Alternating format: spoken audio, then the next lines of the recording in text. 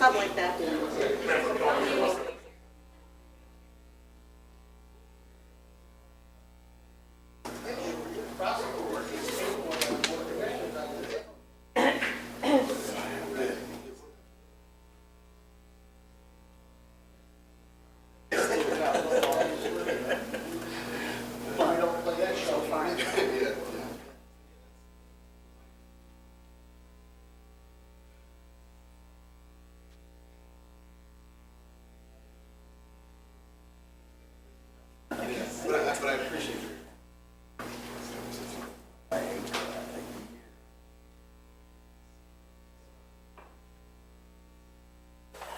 Calling the June 13th General Government meeting to order.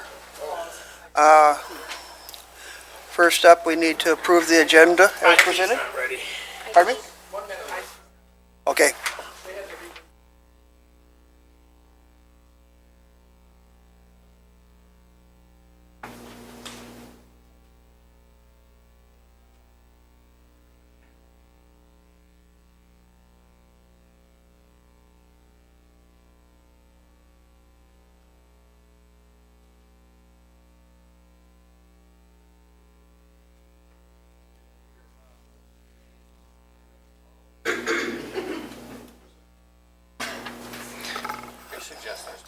Okay, unless there's any changes to the agenda, I need a motion and support.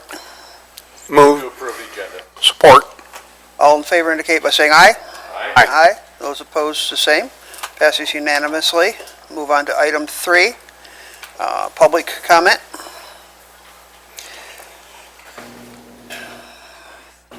Welcome. Name? Peter Bournemouth, Frank, serial number? 142 West Pearl Street. I want to speak to the R2PC letter of consistency. This has to do with the Liberty landfill. As you all know, the Liberty landfill sits in a U in the upper headwaters of the Grand River. So it's actually surrounded on at least 2 sides, almost 3, by wetlands and water. And one of the things that has been happening in the upper reaches of the Grand River is there is a great deal of silt over the last few years that I've never seen. And it has filled up the river and changed the river's channel. It's this very fine silt, and it even has bothered landowners at the outlet into Vandercook Lake. There's a huge silt bit up there. There's basically mud flats being created. And so I went to the drain commissioner and we looked at the possibilities of where this could be coming from. And he said, well, I mean, JC had some construction and we looked at that and the drain out of there. And I'm like, no. And then the answer is that this silt that is filling up the river has to be coming from the work that's being done out at the Liberty landfill, creating these cells. And the other thing I want to remind all of you about is that the Liberty landfill receives 100 tons of coal fly ash out of Ohio every day. Coal fly ash is a very, very toxic substance. Contains lots of heavy metals, it's carcinogenic. If it's actually getting blown and getting into our water, it's terrible for the wildlife, both aquatic and terrestrial wildlife that surrounds the wetland. So I always wanted to see the Liberty landfill shut down. I would totally admit that. But I want you to consider some of these negative effects that are occurring out there and the long-term possibility that when it's actually closed, we'll have this poison egg sitting in the middle of the headwaters of the Grand River. Thank you. Thank you, Mr. Bournemouth. Any other public comment? Any other public comment? Last chance. No further public comment. We'll move on to committee items.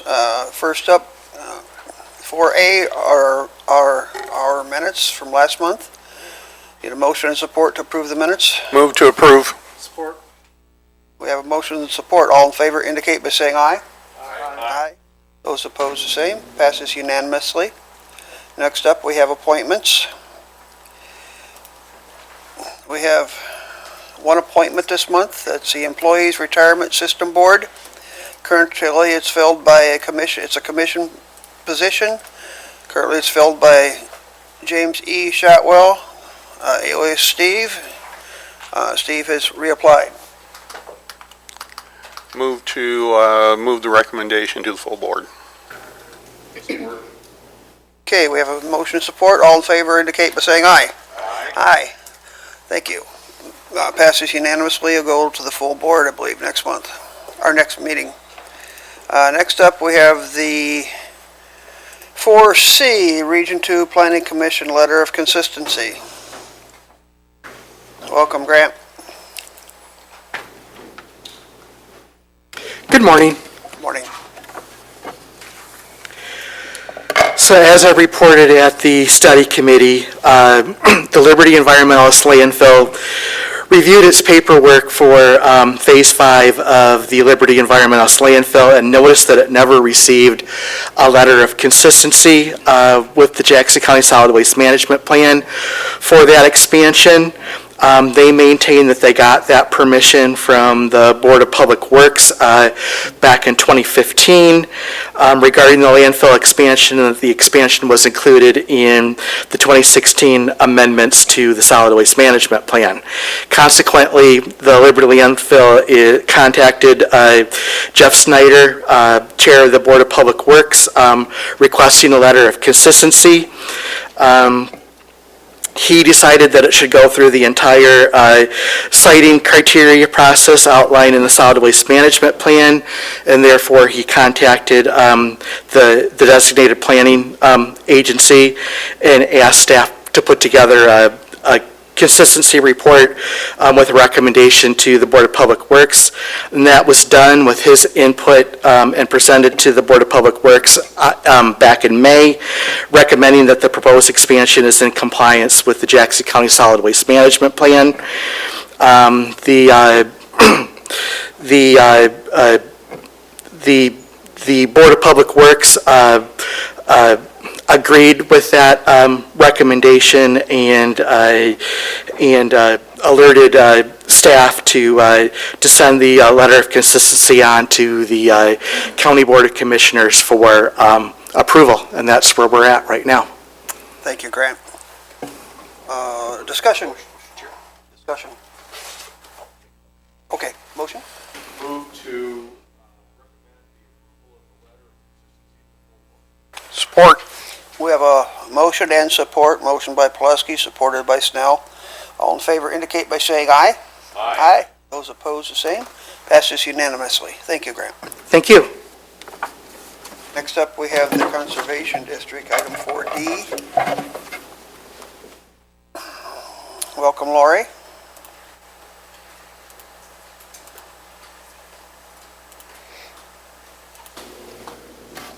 Good morning. Good morning. How are you? Good, how are you? Excellent.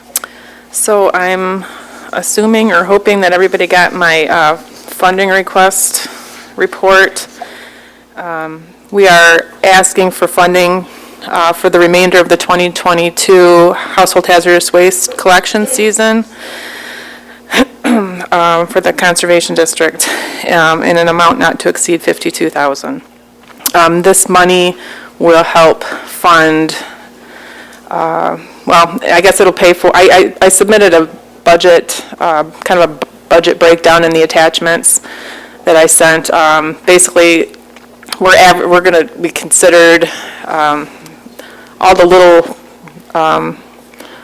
things, but the big things are going to be the disposal and transportation of the hazardous waste, and then wages. Most of the wages will be paid for by the per car fee that we're going to assess. So the total we're estimating, which could change, would be about $58,000. $6,000 of that would come from the per car fee. I also submitted disposal invoices from 2015 to 2021 from ERG, which is the hazardous waste disposal company that we use, to kind of show you the amount that we've taken in and the cost over the years. We've collected just shy of 275,000 pounds of household hazardous waste since 2015 through our collections. We do not have data from the 2022 collection. We did have one in May, a small one in May. We haven't gotten that information yet from the collector, so I did also submit a cost analysis from the pricing list that he sent me this year, and you can see, if you look at that prices have increased significantly. Everything, I guess, all prices nowadays are increasing, so for obvious reasons. So that's there as well. I don't know if you want me to discuss my report anymore, or if you just want to ask questions, or I've never asked for money like this before, so. Okay, Questions? I do have a question. Okay. On the labor, $7,360, that covers how many events? That would cover 4. 4 events? Yeah, so we're hoping for that we'd be able to do 4 events.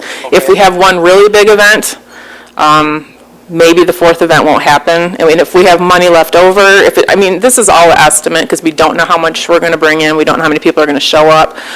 We had one year, we had like 60 people show up, but we had, instead of the 8,000 we had the month before with the same amount of people, we ended up collecting 16,000 pounds of stuff. So it's going to vary every month. So all of it is an estimate.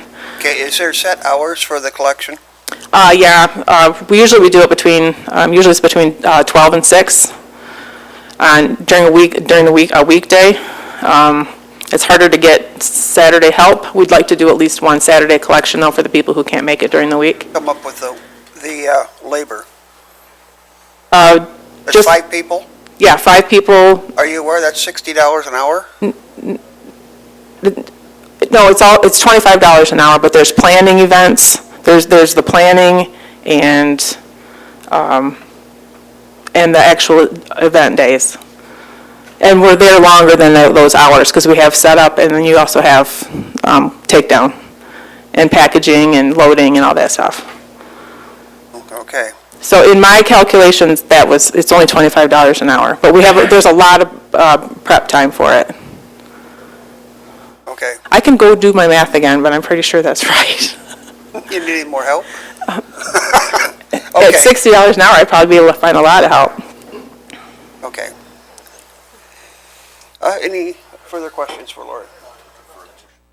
Yes. Motion or discussion? Mr. Chair, so I'll move something and then I have a question. I'll move that we authorize the request, and I do have a question, if I can get a support. Motion support. Okay, question, sir. Thank you, Mr. Chair. And so the question really is, I think for administration, is whether administration has seen and approved this budget amendment. I have. And that's all I need to know. Thank you, Mr. Chair. We have a motion and support. All in favor of this project indicate by saying aye. Aye. Those opposed, the same. Passes unanimously. Okay. Thank you. Is there more you needed to say? No, I was just going to say, if at the end of the collection season, if we do have leftover money, I would like to do like a, kind of for the ag community, do like another scrap tire for like tractor tires and stuff. So I have plans for if there's extra money. If we go over a little bit, the Conservation District does have a little cushion to help cover any extra that we might need to put. But ag plastics and ag tires are a big deal. So if there's any leftover money, I was hoping that it would go towards that. Valuable program. All right, thank you very much. Next up, for E, Treasurer's Report. Welcome, Madam Treasurer. Good morning, Commissioners. So you should have the report that I sent via email on June 3rd, and there's a lot of information that you may not find valuable. I spend a lot of time putting information on the MyHalf program because I think right now it's being severely underutilized. So I want to educate all of you so that when you're speaking with your constituents that you can tell them about this program, because this program really is more comprehensive than the Step Forward Michigan, because as you will see in the information I included, it talks about paying delinquent water and sewer bills, and the Step Forward program never did that. It only concentrated on delinquent taxes. So I spent a good chunk of my report really highlighting the details of that program for you. And obviously, if you have questions, don't hesitate to reach out to our office. And the quick answer when you're talking to your constituents is tell them to call 211. That's the United number 211, and they have access to all of these resources as well. You know, I take a big responsibility. Part of my job is education and connecting people to resources. So I'm giving you this information so that you'll pass it on to the people that you come in contact with the hope to prevent foreclosure. So the report starts out with some details. I kind of went back to the beginning of the year because my March report to you was my annual report, so that capitalized all of the details and information from last year's activity. So just to give you a flavor as to where we were for 2022, there's just the update on our show cause hearing numbers, our judicial foreclosure numbers, and again, you'll see the MyHalf information. We are getting dollars from MyHalf. It's like a trickle right now. I'd like to see more dollars coming in because, as you can see, there's, $242 million that were awarded to the state.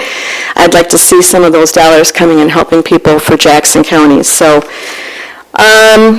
you'll see there on page 3, here's the updated, we had 31 homeowners apply for the program. We've received and applied 66,000. We just received notification today that we've got 2 more that are in the portal. So like I said, it's a trickle. People are still getting the word and figuring out what the program can and cannot do for them, but help us spread the word to help prevent foreclosure because this can be a valuable resource.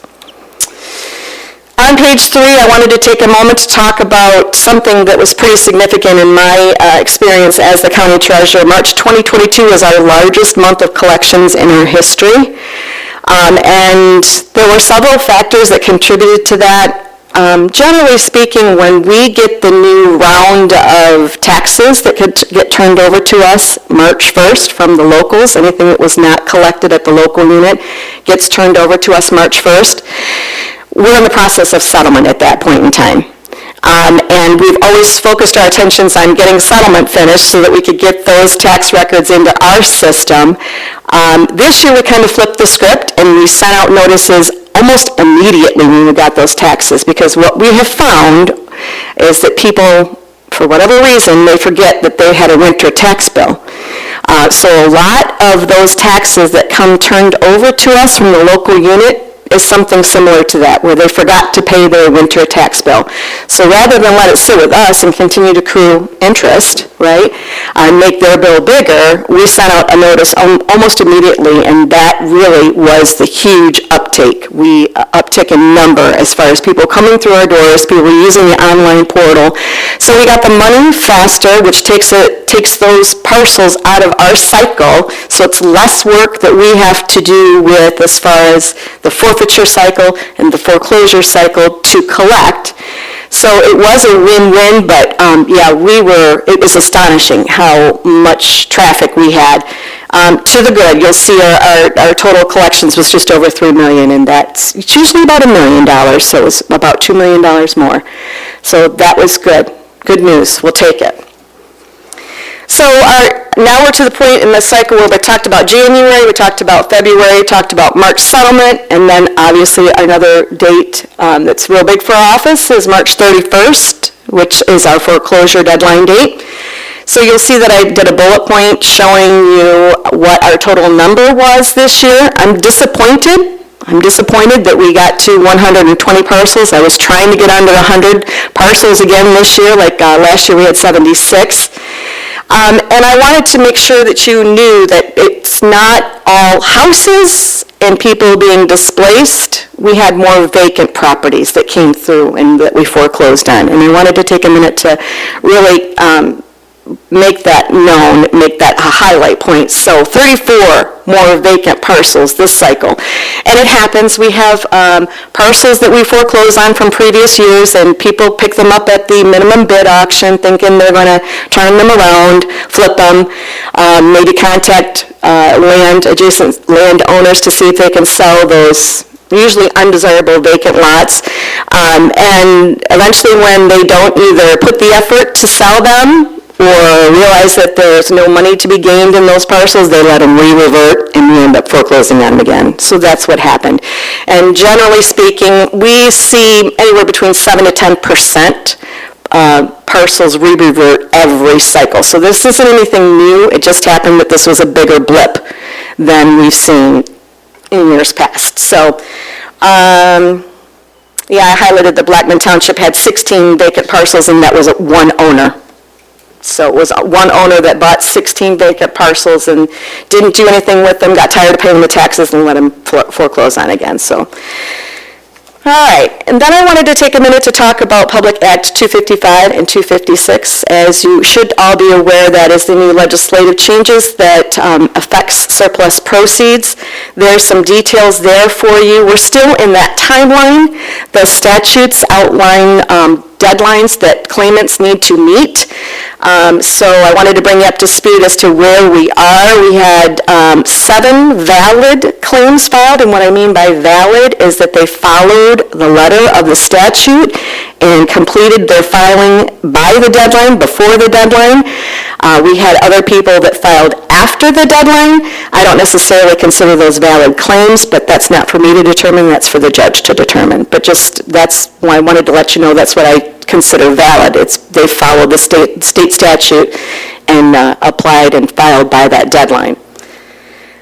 So we've got some court dates that are coming, and we have I've received one order from the court for our first payout, and that is just under $13,000 for one of the claims. So we're in the process of processing that. We've got 21 days to issue a check to that claimant per the new statute, and we've got others that are in the pipeline for the hearings, and I will update when we receive what happens and/or court orders. So, but as I've indicated in here, the maximum exposure that we are having to deal with this year because of the foreclosures in this new law is under $150,000.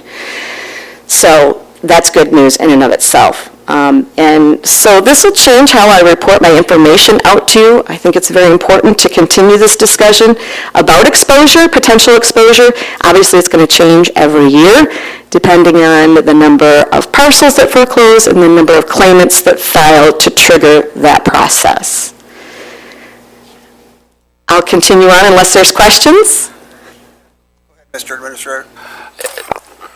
Karen, this 147, is this all the past claims, brings us up to date? And so every year we just have potential new ones? So we have still some exposure from the past. When is any sense of when that'll be determined? So very good question, and it does need to be stated that this is talking about the 2021 foreclosures. So anything prior to 2021, as I'm sure you are aware, there's multitude of pending claims all throughout 6th Circuit District Court, all the way up to I think we're getting to the Supreme Court. There's some in appeals.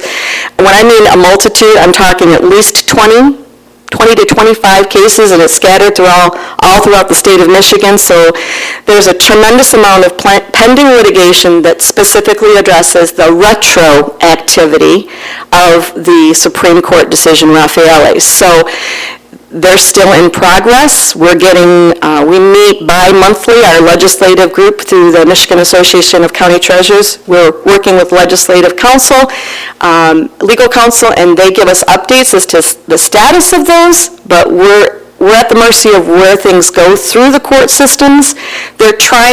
There's some judges that are trying to consolidate some of these cases, since it's all the same subject matter. But we do not have an answer as to exposure for the retroactivity part of it. It's still right in the middle of all that litigation. So, yes, there's a potential. To what degree? Big numbers, depending on how far back the court makes their final ruling. If they go back 1 or 2 years, obviously the exposure is not as great. If they go back to the beginning of one of the cases, Wayside Church, then that's back to 2011. That'll have more of an impact on the exposure. And again, don't have much information other than just to tell you that's the status of where we are right now. Chairman Shotwell? Do we have any direct cases, or is this all class work that's going on? Do we have any that are in it specifically in Jackson? Jackson County has not been named with a plaintiff for any of these matters, but that doesn't mean that the attorneys have tried to sweep all of the county treasurers in the state of Michigan through the class actions suits, and there have been some class action suits that have been certified. So the one that impacts Jackson County the most significantly is the Fox case, and I know Administrator Overton does get regular updates on the legal status of where those cases are moving through the courts. So, but no, Jackson does not have a plaintiff as of yet. Doesn't mean that there won't be someone that gets found through their legal attorney research, but so yes. Any other questions with regard to that? Just stay tuned. I'll keep you apprised of any latent breaking information with regard to that. So some other good news, I think, is that as we now are in our forfeiture cycle, that our numbers are down significantly, about 400 parcels as compared to this time last year, which is also a good thing because I think that goes back to why our March was so busy. All of those people were paying those taxes off. So we have less numbers going through the cycle, less people being impacted with delinquency of property taxes, so that's always a good thing. And actually today, we are under 1,000, we're at 985, so the number keeps dwindling down. It's June, mid-June, the staff will be out in the field making contact with all of these taxpayers probably the third week in July, doing a required statutory first personal service visit where we go to the properties that have delinquent taxes, knock on the door and hand them a notice and talk to them about resources, make sure they're aware that the taxes are due and owing. So it's our first real contact with that parcel, and we learn a lot of information on those visits.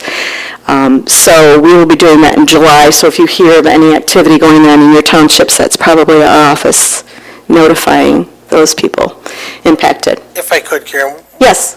Going back to 2021, when are people supposed to have vacated the property, or do we not remove renters from something that a landlord is being foreclosed on? Are we talking about the property you and I had a conversation about? I'm talking about another one on South Jackson Road. I noticed that there was a dog tied up there and people still there, but you've got signs out front, 30, 39, and 30, 40.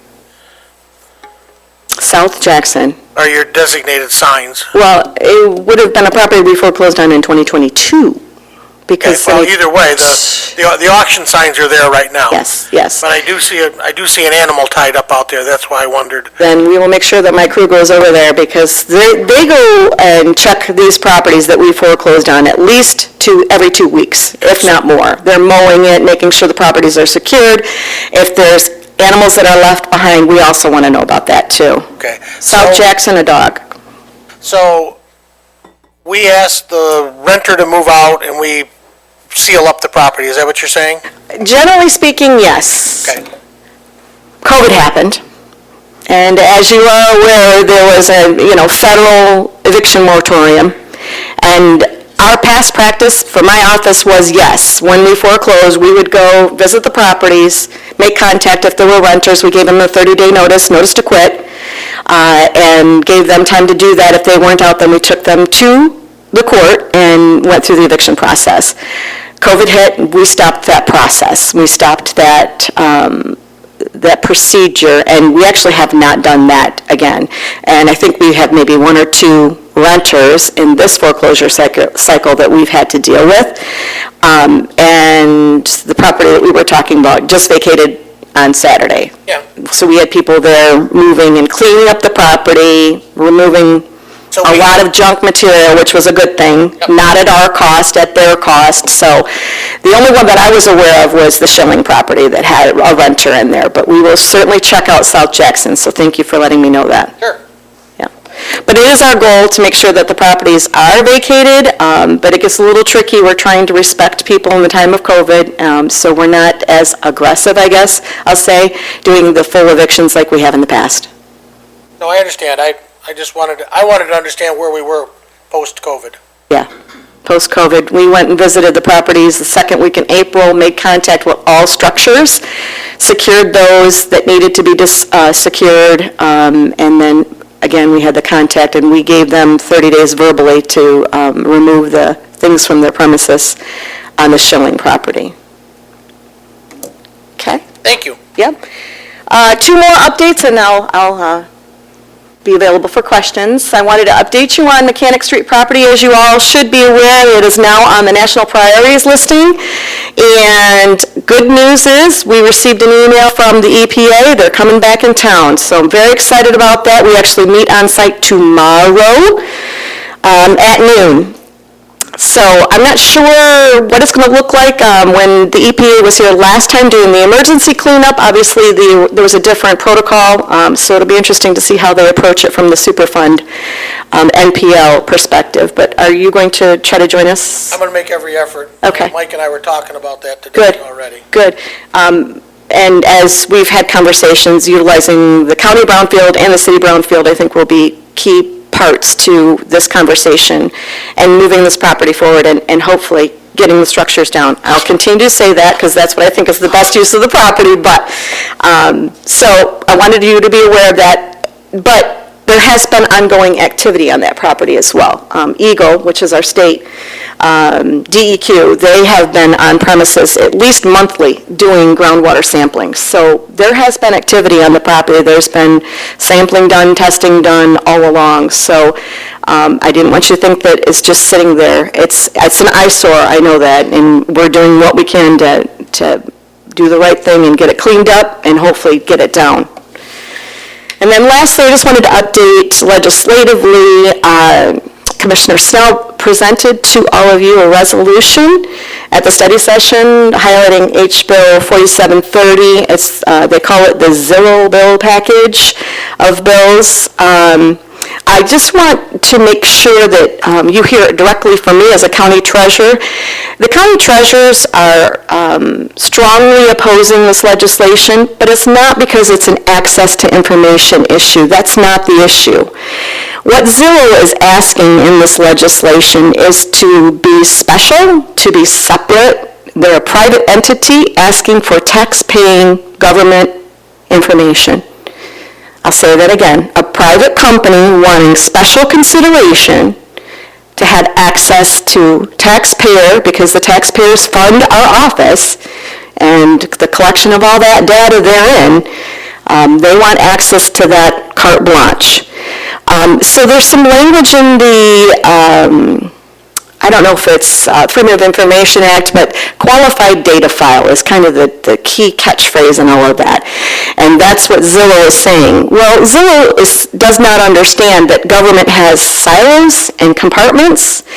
The county treasurer's office may have some of that information that Zillow is requesting, but does not have all of that information. Most of the information that they're requesting is property card assessment information. anything related to the assessment of the property, which is handled from the local level. There's also some information that the equalizations departments throughout the state of Michigan collect. So what they're asking us to do is to be the data collector for them so that they can have this information for their private use. We have a problem with that. It's not a matter of getting the information, that's not it, but we are not the sole holder of that information. And I will say that if you haven't heard it from Mr. Snell, at MARD, it's not MDARD, MARD, Register of Deeds are opposed to this. Last time MAC was opposed to this. So there's a better way to write access to information legislatively, and we're working with, our legislative group is meeting with Rep. Julie Kelly tomorrow to hopefully go backwards, albeit, to try to come to something that's more palatable, more agreeable, to help Zillow rather than make all of this fall on the shoulders of the county treasurers to collect and then disseminate this information. So hopefully that provides a little more clarity as to the understanding of why we're strongly opposing it, and I would appreciate your support on this resolution coming from Jackson County. I will tell you that we are in the process of collecting similar resolutions in opposition from many counties throughout the state right now. So I would love to see Jackson County support that. If you've got questions, you need further information, don't hesitate to reach out to me. If I don't know the answer, I can find out from our legislative crew who are talking to the lobbyists and the reps directly on that. So I've talked too long, but that is all I have to present unless you have questions for me. Questions for Karen? Thank you, excellent report. You're welcome.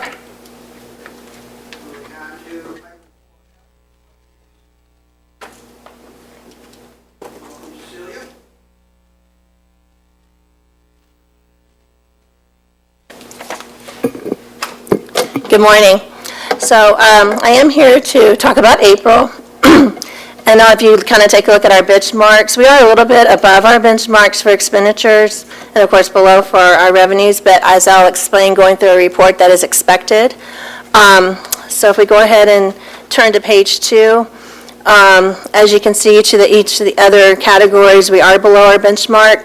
The expenditures are where we expected for April. But if you do turn to page 3, our other category is 49.3% and transfers out, or 37.2%. But the explanation for the other is we had to pay our second insurance payment for our umbrella. It's like almost $300,000. And then our transfers out, we're just paying debt services. So, but the good news is if you look at last year, we're at 33.7%. So we really are within the right where we need to be for April with our expenditures. Really good news, if you turn to page 4, where our percentage is 18.4% for general fund. Last year was at 18%. So our revenues collection is higher compared to last year. So yeah, I don't have any concerns or are there any questions anyone has for April?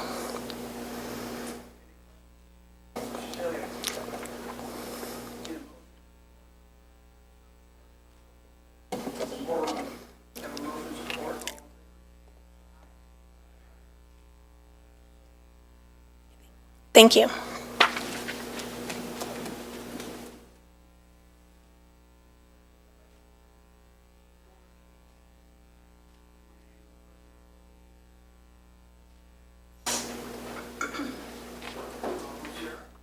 Hello, thank you for having me today. So I submitted my report on board docs, and you can see that there. It is a shortened version. We do a more thorough report in January. I'm just keep really quick today, as I know we have a full agenda. What I want to focus on instead of the numbers, because those are all really comparable to what we've been doing. We're a busy office, you all know that, but I want to give kudos to our staff. So on Friday, as I was opening the doors to our office, a gentleman walked in and he said, "I just want to say thank you. Thank you guys for providing such a great service Every time I come into this office, you all treat me so kindly, you're so nice, and you're very efficient. And I thought that was very kind. We don't always get that kind of thing, so I wanted to share that with you.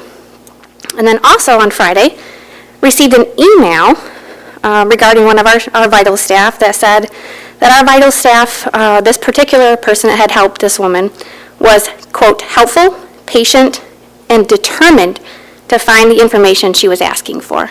So I thought that was good news as well. One of the things I wanted to highlight was we did go through a audit in March, and that was a full week, and that was the State Court Administrator's Office. They went through all of our financials, they went through our files, and there was no concerns, there was no immediate action that needed to be done. So we were very happy with that initial finding. We are still waiting for that report, which we'll present to you when that is ready. The other thing I wanted to point out was the restitution. So our office has been working harder than normal, thanks to our Assistant Chief Deputy Guthrie, to find addresses for victims and to make sure that that restitution is paid out and does get to them. So you can see our numbers are typically higher than they would be this time of year. We went through with elections, ballot proofreading. Our candidates and proposals are on our website, and they are updated if you'd like to view them there. And of course, jury has been busy as well. So far, from I think February to May, we've called 30 different jurors and juror pools, excuse me. So with that, any questions? No? Any questions for the clerk?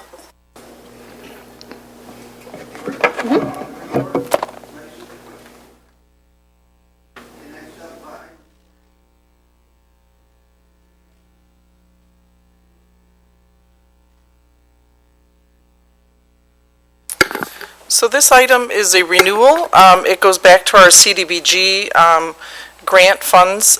We are no longer eligible to receive the grant funds. However, we have about 70 homes still that have liens on them from this funding that it stopped several years ago. So we have to account for those funds. And Community Action Agency, we have an agreement with them. They were the original administrator of the funding for us. And so we're continuing that relationship so that they collect the funds and forward them to us. We have to approve, or we don't have to, we have an agreement with them. In the past, since we no longer receive the money, they aren't required to be the administrator of the funds anymore. So they've agreed to keep going, and with that relationship, if we pay them an 8% administrative fee of the funds that come in. So if somebody sells their house or they make a payment on the loan that was given to them years ago, Community Action Agency collects that funds for us. They keep 8% and forward the rest to us. And then we have to account for that on our end. Cecilia's office actually has to do a quarterly report on the funds that come in. So this is just a renewal of that 8% administrative fee agreement that we've had ongoing with Community Action Agency. I'll move to recommend approval to the full board.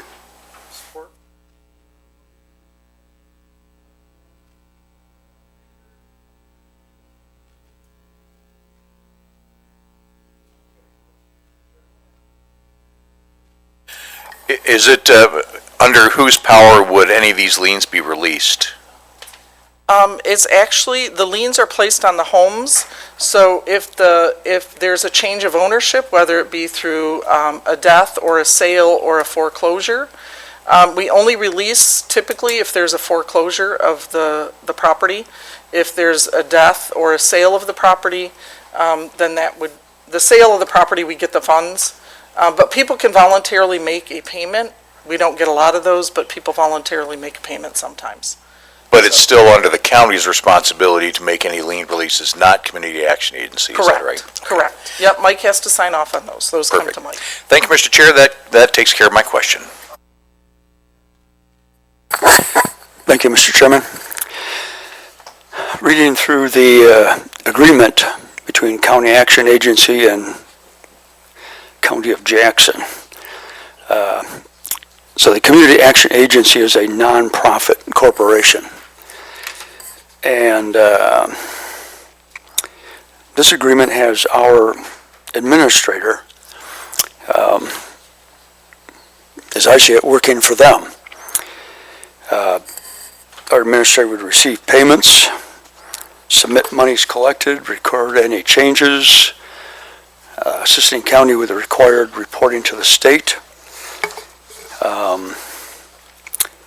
Compensation, the county shall, in each year of this agreement, is in effect compensate the administrator for the services provided pursuant to this agreement by allowing the administrator to retain 8% of the total money collected each quarter. So the administrator, in the very first paragraph, the administrator is Community Action Agency, not us. It's in the third line at the very top.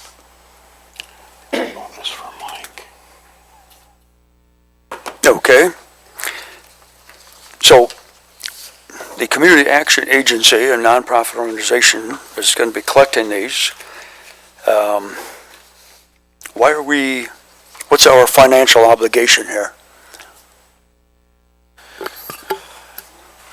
Our financial obligation, we have to account for the funds. We are obligated until all of the loans are paid off to the federal government or the state government to account for these CDBG grant funds. That's our obligation. So the county is just doing the bookkeeping on these funds? We submit the quarterly reports. Community Action Agency in this agreement does the bookkeeping for us. They send us the numbers, they send us who made payments, they send us all that information, they do any lien termination paperwork, they do all that for us, and then Cecilia's office takes that information and submits their quarterly report as required. Okay, so who's the originator on these loans? Where's the money coming from? The money has been closed. We aren't receiving any money. The grant was many, many years ago. I've got some dates in the staff report. So we no longer receive this money. The city does as an entitlement community. The city still receives the money, but the county does not. We haven't received it in, I think it's been 8-10 years. It's been quite some time, but we have to account for the funds until they're all gone. And when they're all gone, will be all the liens removed from the homes, whether it be through payment or sale or removal of liens, whatever that might look like. Okay, so the city is still eligible to participate in this, the county is not. Correct. But the county is obligated to do this bookkeeping and reporting. We are obligated to submit quarterly reports, and as a result, for those quarterly reports, we have bookkeeping that's required and payments that are being made that we have to keep track of.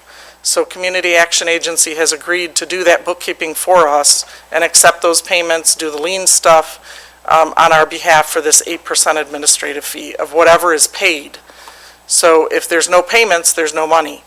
So it's just based on what payments come in and what's paid off. It's just incoming money. Okay, thank you. That explanation is helpful for me. Okay, we had a motion and support. Any more questions first?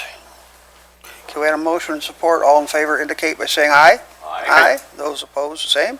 Passes unanimously. Thank you very much. Move on to item 4I, equalization. We must approve an annual millage request. Good morning. So this is pretty simple. It's the millage request form that comes through. Every tax collecting authority has to fill one out. And for us, it's less a request and more of a what do we intend to do, because the request is to the County Board of Commissioners. So what are we intending to levy in the summer so we can get that off to the local treasurers so they can put it on the tax bill. Anybody have any questions?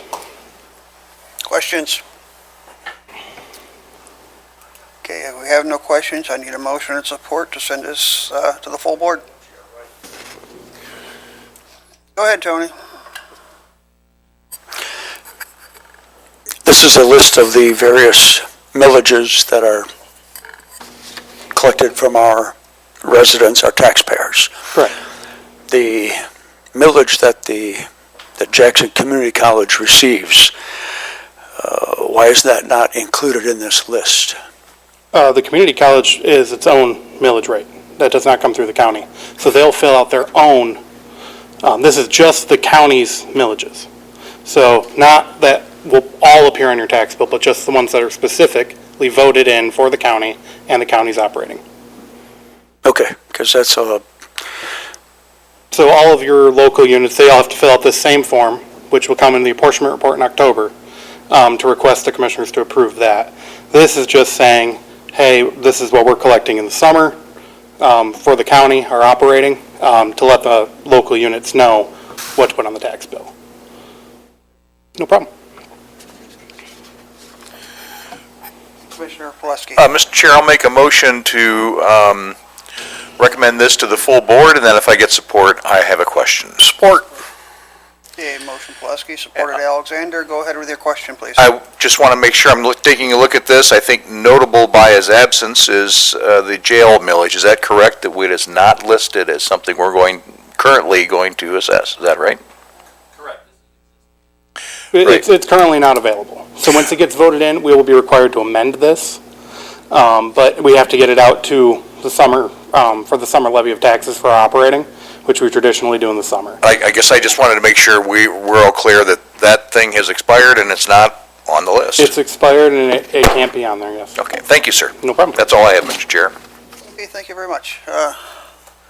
And we proceed to vote. All in favor indicate by saying aye. Aye. Aye. Those opposed, the same.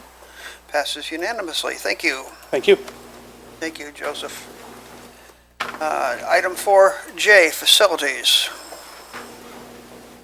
Welcome, Rick. Good morning, Mr. Chair, Commissioners. Once again, I come to you hat in hand with some ARPA requests. The first one we have up is the elevator modernization project for multiple buildings. Basically, here at the Tower Building, we have two original elevators that no longer run. They're 93 years old. Our freight elevator, our main freight elevator that goes up to the 15th floor hasn't run now in 3 weeks. They can't seem to figure out what exactly is wrong with it, so they're going to have to bring in an engineer and see what the heck's going on with it. But again, it's antique technology. The same thing with, but not quite as bad with the freight elevator at the Human Services Building. Every time it breaks down, the parts are obsolete and have to be custom manufactured to get it back in business.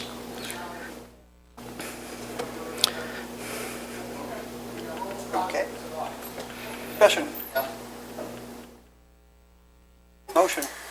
I move to forward this on to the full board with a recommendation to pass it. Who supported that? I did. Okay. Motion by Snell, supported by Walls. All in favor indicate by saying aye. Aye. Oh, go ahead. Wait a minute. Hang on, we're not voting yet. Go ahead. Okay, thank you, Mr. Chair. As noted in the study session, with respect to these 4 items that Rick is speaking of today, I'm fully in support of doing them, but will be voting against any further obligation of ARPA monies until we get the report with respect to our building facilities. I appreciate very much the work staff has done. It's not a reflection on them, but a reflection on my desire to see what we're going to do as to future buildings. Thank you, sir. And I would request a roll call vote. A roll call vote.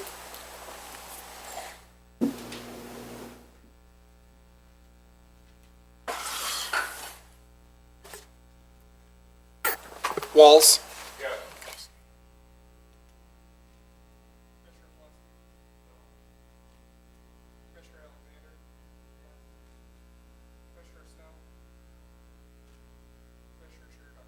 Yes. 3-2. Passes 3-2, but we need a report.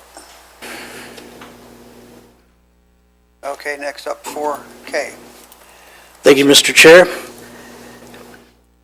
Again, we're having problems with roof leaks at the courthouse. It's been ongoing.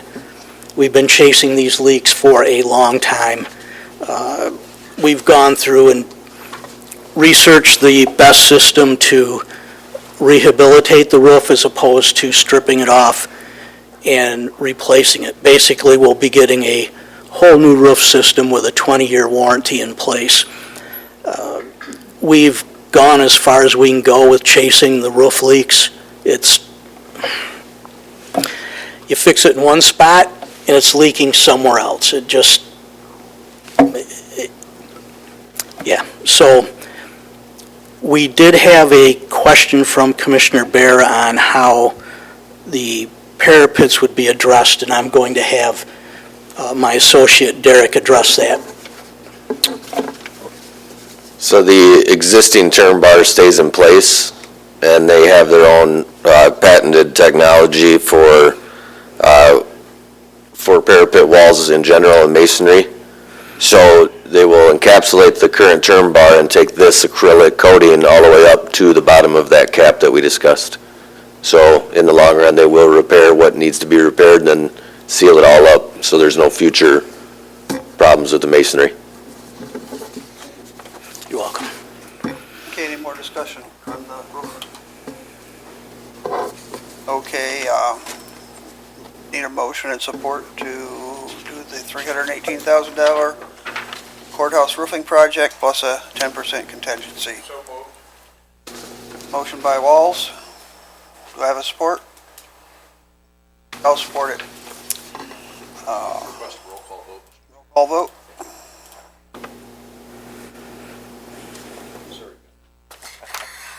Mr. Chair, do we have discussion? Pardon me? Okay, okay, go ahead.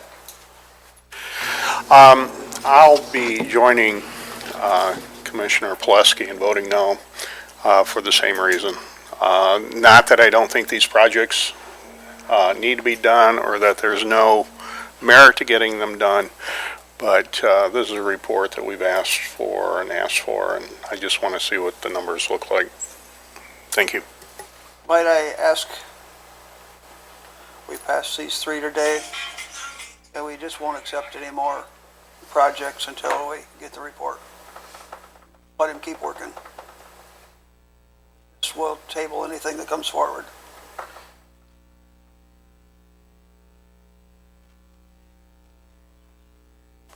Thank you, Mr. Chair. Certainly, my objection is not related to the merits of the work that needs to be done. I have no question but it needs to be done. I would cheerfully vote for it once we've seen the report that we've asked for, I think, a number of times, and I think we've been patient enough thus far. I'll still be a no. Thank you, sir. Okay. A separate request here, or not a separate, but on the same topic. We have some seasonal work that we have to complete on the building that's coming up.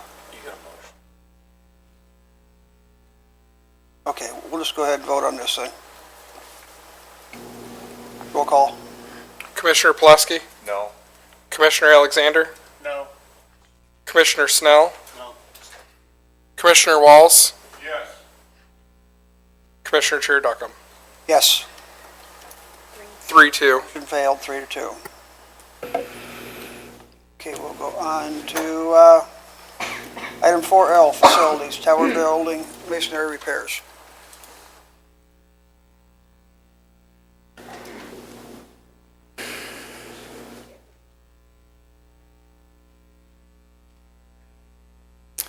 You want to tell us what you need, Rick? I need to fix the tower building with the masonry repair. This is stuff that can't wait, guys. We need to do it.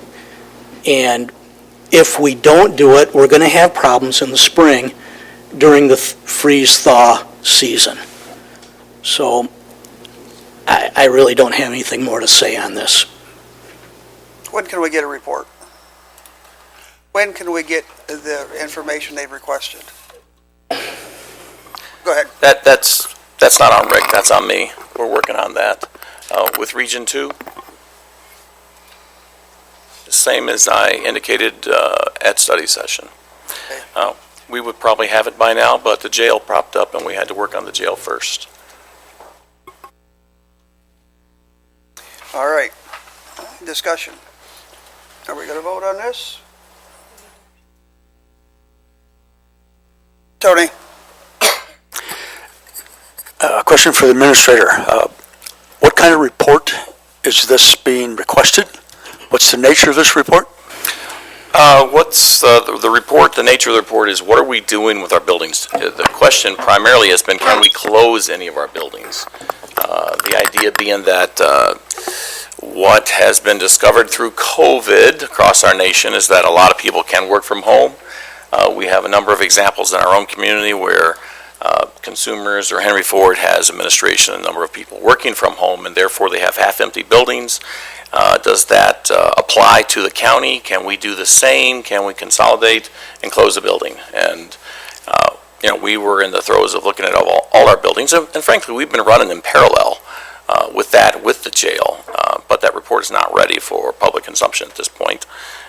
We're focused on the jail, which should be coming to a close pretty soon because, well, the jail's, got a timeline, a hard date of August. So we'd like to resolve the jail in July and then go forward. Phil. Commissioner, Chair Shotwell. Well, we just decided not to repair the roof in the courthouse. We'll be able to figure something out, I'm sure. I would ask this committee to give no recommendation and just forward this to the full board. And please allow all 9 commissioners to be able to make these decisions instead of it being ended here on a building that we're going to continue to operate, the tower building, which is going to have masonry and stonework possibly, which we've witnessed in recent history, fall off and put the citizenry at risk. I think that the proper and correct move, while you have voiced clearly your opposition to this, I would ask that you forward these to the full board with no recommendation, please, so we all can have a chance to consider this. Thank you. Commissioner Pulaski. Thanks, Mr. Chair, and to the chair's suggestion, I move to reconsider the vote by which we turned down the earlier suggestion. I'll support that. Go ahead, Tony. A vote to reconsider can only be made by a person who voted in the affirmative for the original motion. I voted with majority. I think that The rule is not majority or minority. It has to be someone that voted in the affirmative, voted yes. Someone that voted no cannot ask to reconsider. Someone that voted yes must make the motion to reconsider. Mr. Chair, I would ask the administrator to rule on the parliamentary issue being raised. I think my motion is in order. Thank you. We defer to... In all honesty, I believe it is in order as well. I think we're confusing it. Winning side. Exactly. It's not a yes or no. It's who prevailed. No, I do not believe that is correct at all, and that is because someone who loses a vote can just move to reconsider, lose again, move to reconsider, lose again.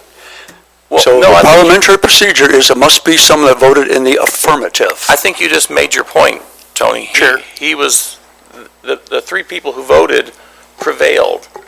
So they didn't lose, they prevailed.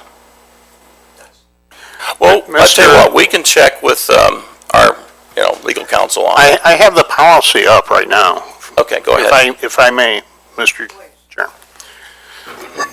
A member shall have the right to move reconsideration of any question on which the member voted with the prevailing side. A question may be reconsidered at the same or succeeding meeting, but shall not be considered more than twice. And this is the rules of the Board of Commissioners, policy number 4050, Article 5. We vote. You okay now, Tony? We're good? Do you agree we get to vote? The prevailing side gets to call for a...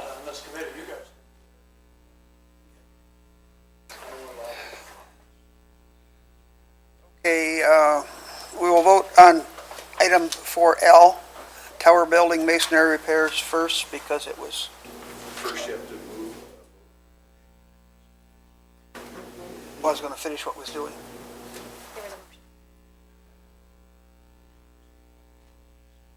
Okay. Okay, I'd like to make a motion. Okay, we got the motion made? Okay. We'll roll call vote. Motion to reconsider. Commissioner Alexander, Yes. Commissioner Snell, Yes. Commissioner Walls, Commissioner Plesky, Yes. Commissioner Chair Duckham. Yes. Passes. Okay, then we're going back and we're going to revote on item 4K, facilities courthouse roof repair. Need a motion and support?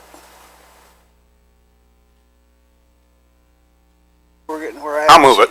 Okay, move. I'll support. Roll call vote on the. county- Discussion first, please. Go ahead. And I appreciate Chairman Shotwell's position, and I kind of agree with him too, but I think some of us are very adamant about needing to be able to see that report so that we can make decisions based off that report. And I won't say that everything we see behind us or in front of us seems to be willy-nilly. And I know these things are important, but it's also important that we have the documentation in front of us in order to make the proper decisions. Thank you. Proceed to vote.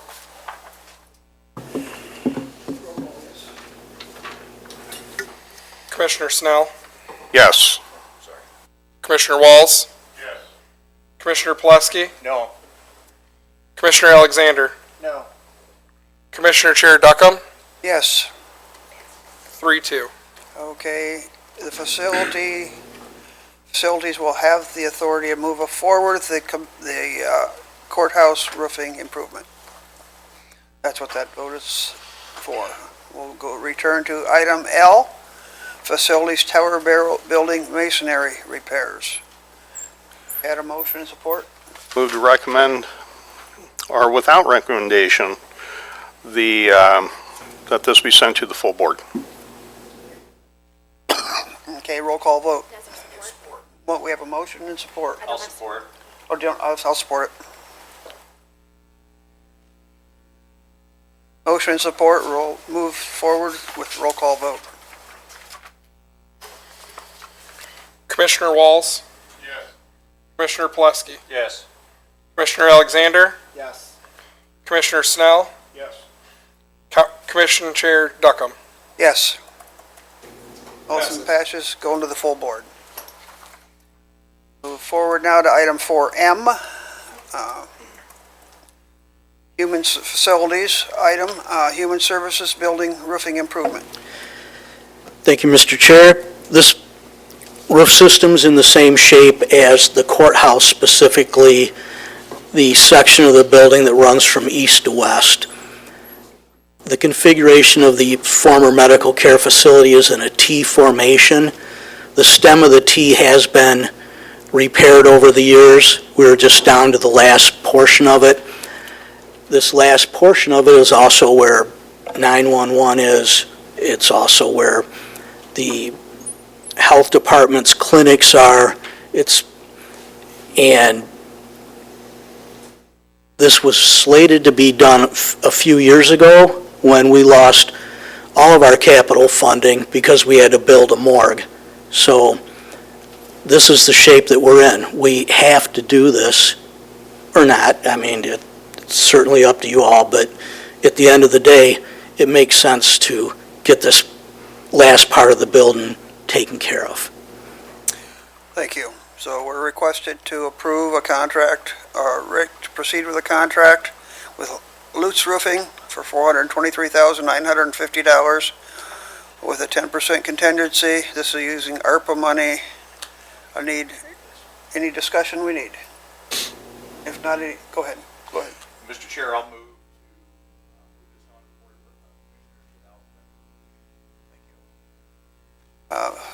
Motion by Pulaski, supported by Snell. Roll call vote, please. Commissioner Pulaski? Yes. Commissioner Alexander? No. Commissioner Snell? Yes. Commissioner Walls? Yes. Commissioner Chair Duckham? Yes, 4-1. passes 4-1. Thank you, Rick. Sorry. Thank you, Commissioners. Move on to 4N, Parks. Welcome, Kyle. I know you're behind that pillar. Morning, thank you. Okay, this first item, the Parks Board formed a subcommittee back in January to study the bylaws of the Parks Board to get them in line with some changes that have occurred over the years, specifically the supervision of the Parks Director as well as the Public Act that was changed in 2018. So this is essentially just to get it in line with some approved changes that have happened over the last decade or so. Okay, discussion on the revised bylaws for the park. Have any discussion? Do we have a motion? I move to approve. We have a motion and support. All in favor indicate by saying aye. Aye. Those opposed, the same? Nothing? Passes unanimously. You have your bylaws. Move on to park, item 4O. Parks, Alfred R. Snyder County Park Playground purchase. Yeah, and this was actually a project we had planned for 2020, but there's some funding partnership with Lomar Machine and Tool. So they, due to the pandemic, they kind of wanted to back off back in 2020, but we revisited it recently. So they're chipping in $20,000 towards this playground. Again, it's part of our capital plan. We do have funding available for this project. I think I include some pictures of the existing playground out there, so this will be quite an improvement for this park. Nice looking playground. Discussion.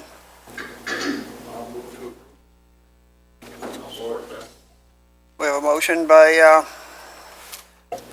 Pulaski, support by Walls. Proceed to vote. All in favor indicate by saying aye. Aye. Aye. Those opposed, the same. Passes unanimously. Move on to another park item, Falling Water Trails improvement. So if you recall, last fall, we did some major crack repairs on the Falling Waters Trail between Teft and Moscow. That was kind of a phase 1 project. This is essentially the phase 2 of that. So last fall, we removed the major cracks and put in new asphalt. This is an asphalt overlay to go over where those crack repairs are made. We had $100,000 designated for trail improvements this year as part of our Parks capital budget. We put this out to bid. We actually got 4 bids back, which was good news. Not the case with a lot of other projects right now, but this is within budget, and we're recommending a low bid. Thank you. Discussion? Didn't we see a picture on MLive of a car driving down? We did. So Spring Arbor Township added a connector along Teft, basically, that connects to the Falling Waters Trail. So there's now some boulders where the trail connects. There were not boulders when that occurred. Okay, one-time deal. Yeah, one-time deal, hopefully. I need a motion and support. Move to recommend approval of the plan to the full board. Support. Motion by Snell, support by Alexander. Proceed to vote. All in favor indicate by saying aye. Aye. Opposed, the same. Passes unanimously. One more park item, 4Q. Swains Lake, Vineyard Lake, boat ramps. Okay, so this was last discussed in February. That's when you all gave approval for the fabrication of 2 docks and the concrete planks for 2 boat launch projects. Since then, we've issued a request for quotes to do the site work, basically, to install and do the corresponding site work at these 2 sites. We did put this out to bid. We only received 1 bid, but it is within our budget, and it is a planned expense for this year. So. Discussion.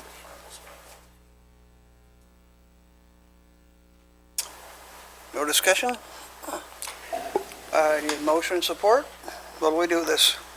Move to recommend the project to the full board. We have a motion of support by Snell, supported by Pulaski. I'll go to a roll call vote. No, excuse me. Just go to a vote. All in favor indicate by saying aye. Aye. Aye. Those opposed, the same. Passes unanimously. People, Vineyard Lake's gonna love a boat launch. It isn't scary. Okay, one more parks item. Sparks Foundation County Park parking improvements. Yes, so we're looking for approval to make some parking improvements to the former lanes of Brown and Randolph. If you recall, we talked about this last fall. This came about when the city converted those two 4-lane roads into 2-lane roads. So that actually, we looked at that as an opportunity to turn those former roads into parking, which we definitely lack at the park there. And we've got a lot of new things upcoming with pickleball slated to go under construction sometime. Maybe this fall, but more likely next year. So we'll have a need for parking there. We need some parking for the basketball court there, as well as a new memorial area. So this kind of solves that and gets us about 60 parallel parking spots along the two roads. We put one portion of this project out to bid. The other two remaining scope items were from existing contracts with JCDOT, but the one bid that we're looking for approval today is from Dunnigan Brothers. But the overall budget is it's $185,863.20. So we do have $50,000 in a donation from the Cascades Park Foundation to go towards this. Discussion. What are we gonna do, board? Give me a motion and support and tell us where. Support. Motion by Pulaski, support by Snell, to approve this parking improvement. All in favor indicate by saying aye. Aye. Those opposed, the same. Passes unanimously. Great, thank you. Well, everybody note that was item R. Okay, moving on to item 5, other business. We have the claims. I see 4 signature. Rodney, we need yours yet. Need a motion to pay the claims? I'll support. Motion by Alexander, support by Pulaski. All in favor indicate by saying aye. Aye.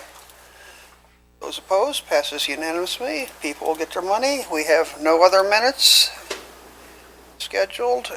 Next month is month July. We have finance, and that's the only one we have listed so far. Public comment. Any public comment? Committee member comment? I'd like to, I understand where you guys are coming from, and I'd like to thank you for working out something we could all both be happy with and Rick get his buildings fixed. Thank you. Can I? Commissioner Pulaski. And thank you, Mr. Chair, for your indulgence in addressing the concerns of the committee members. Thank you very much, sir. Any other comments? Okay, meeting's adjourned. Thank you.